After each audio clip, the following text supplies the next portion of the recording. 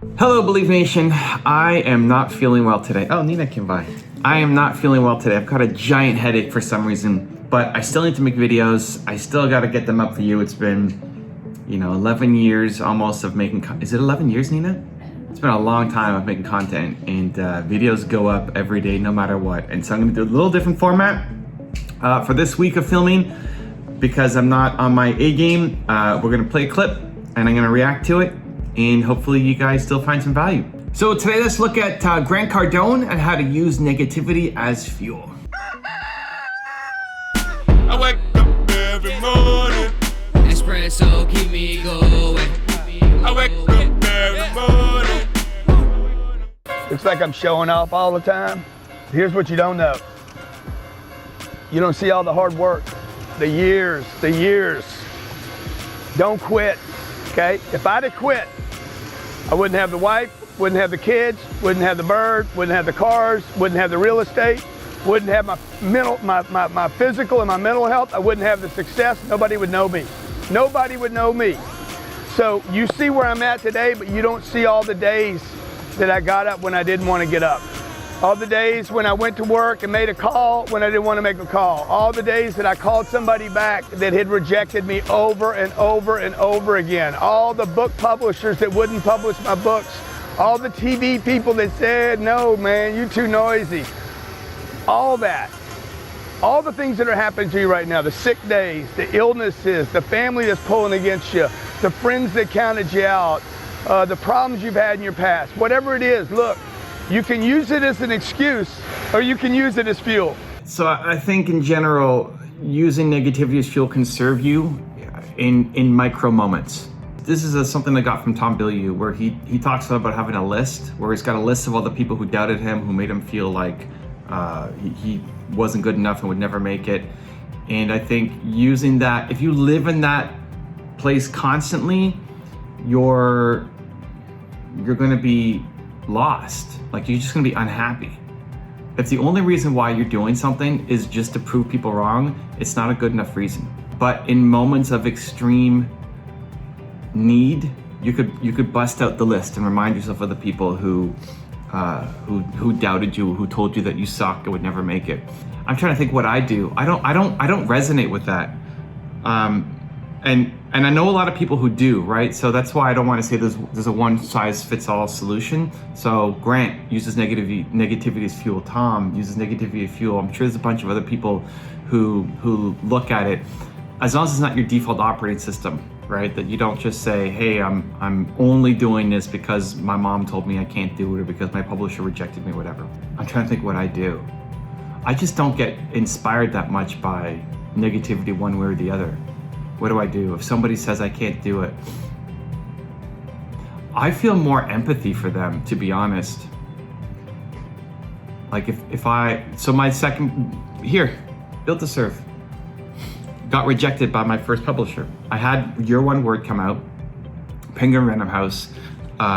They had the right to my next book, right? Built to Serve was my next book. I didn't know when I would have a book. I didn't know if I'd ever do another book. I didn't know when it might come out. And I think there's 3 years between publications of the two books.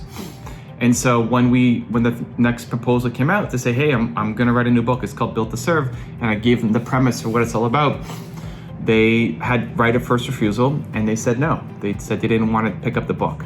No, they didn't say your book sucks and you're too noisy and we hate you. They're happy with Your One Word, and we got it in multiple languages and all that kind of stuff. But it just wasn't a fit for what they were doing right now. And okay. I want to write a book. Hey, Nina, I want to write a book. This is an important book that has to get out there. I'll fight for the book because I believe in fighting for the book. But the fact that they said no doesn't make me drive harder to now prove them wrong and make them feel like they made a giant mistake and they're going to regret turning down my book. I'm trying to think if I've ever operated that way. I look back to my first big video. I talk about the story of the little man in Your One Word, but this guy who was in my circle who was looking at one of my videos, a video I was really proud of. It was my first Believe video, when I was making the transition to Believe, and the first Believe video I made. he told me that it was too long. It was 6.5 minutes. It was too long, and that it would never work, and that I didn't understand how the internet worked, and like really negative, really nasty, not politely declining, but just telling me just nasty, brutal, personal stuff, right? Not just about the video itself, but that I didn't understand how the internet worked. And I still put it up, but it wasn't to prove him wrong. It was to just see what happens. I mean, I think when you have empathy for people, it removes the sting. And when you have no sting, there's no motivation. And maybe that's a negative. Like maybe that doesn't help you as much. You know, I think negative energy can be really powerful and can push you forward. But if you have empathy and understanding for people, if you understand that the person who's criticizing you, you know, if it's your mom who's hating on you, she probably loves you and she probably just wants to see you succeed. If it's a publisher saying that your video or that your book sucks, they're in their own world. So I think because my default is to empathy, then that removes the sting, and then I'm not driven by it to prove them wrong, because I feel bad for them. Not that I'm so much better or anything, just I feel bad. And when you're feeling bad for somebody, it's hard to be angry at them. Or when you understand them because you have empathy, it's hard to be angry at them and use that as your motivation. So I think it ultimately leads to a more happy, positive life where you're not driven by negativity, and where you're not constantly, because to be driven by negativity, you have to have that record in your mind.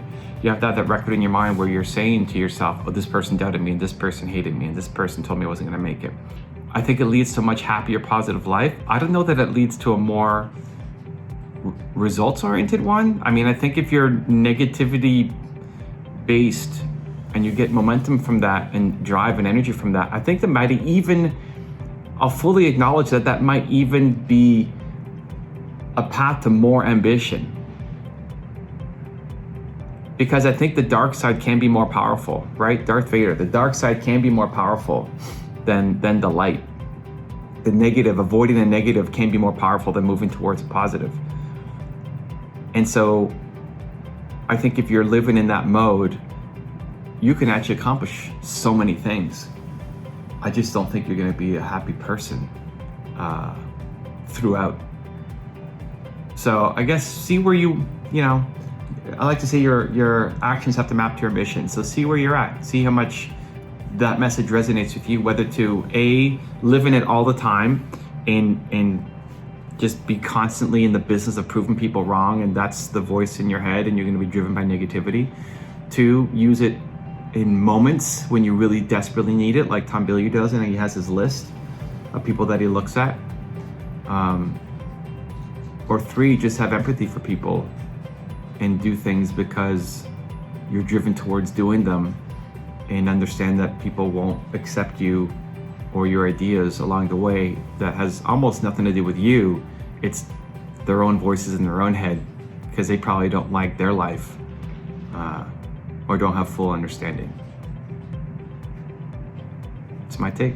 Now I've got a special bonus clip that I think you're gonna enjoy, but before that, question of the day. I wanna know which of the 3 feels the most right to you. Operate from a place of negativity to prove people wrong, use it sometimes, or have empathy for others and understanding. Let me know, put it down in the comments below. And if you made it this far in the video, you're still watching, I wanna celebrate you. You promise, you commit to taking action. Give me a hashtag believe down below, because we don't just watch videos, we do something here in Believe Nation. So put a hashtag believe down below. What makes you angry was one of the key pieces of advice that I was given by a writer named Poe Bronson. When I asked him, what do you do when you have writer's block? He said, what makes you angry? Or just write that. And that was also the advice that I was given by Whitney Cummings and a few other stand-up comedians. How do you develop material? What makes you angry? Write about that. So I think anger, as opposed to just labeling it a bad thing, can be very useful fuel. So what makes you angry? And let's just say you're writing about something that doesn't require or seem to require anger. Well, if you can't get started, doesn't matter. So write about something else. Write about what makes you angry. And either you'll be able to sort of parry that into this other subject once you get going, or you'll end up writing something completely different and it'll end up better in the first place. If you want to know how and why Grant Cardone studies successful companies, check out the video right there next to me. I think you'll enjoy it. Continue to believe, and I'll see you there. People should be studying the most successful companies in the world.